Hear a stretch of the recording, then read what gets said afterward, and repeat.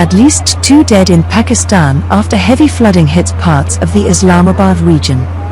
Heavy rainstorms have brought widespread flooding to the Islamabad region, killing 2 people, as seen on Wednesday.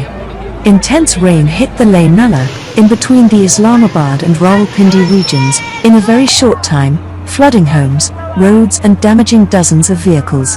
Emergency workers removed scrap metal, motorbikes and wrecked cars with bulldozers. According to local media, 2 people, a woman and her child, died when water flooded their home.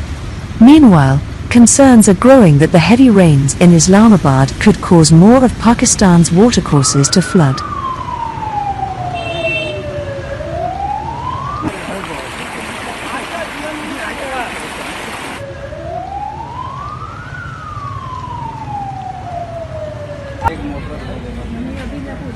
ना कोई इनके पास इस तरह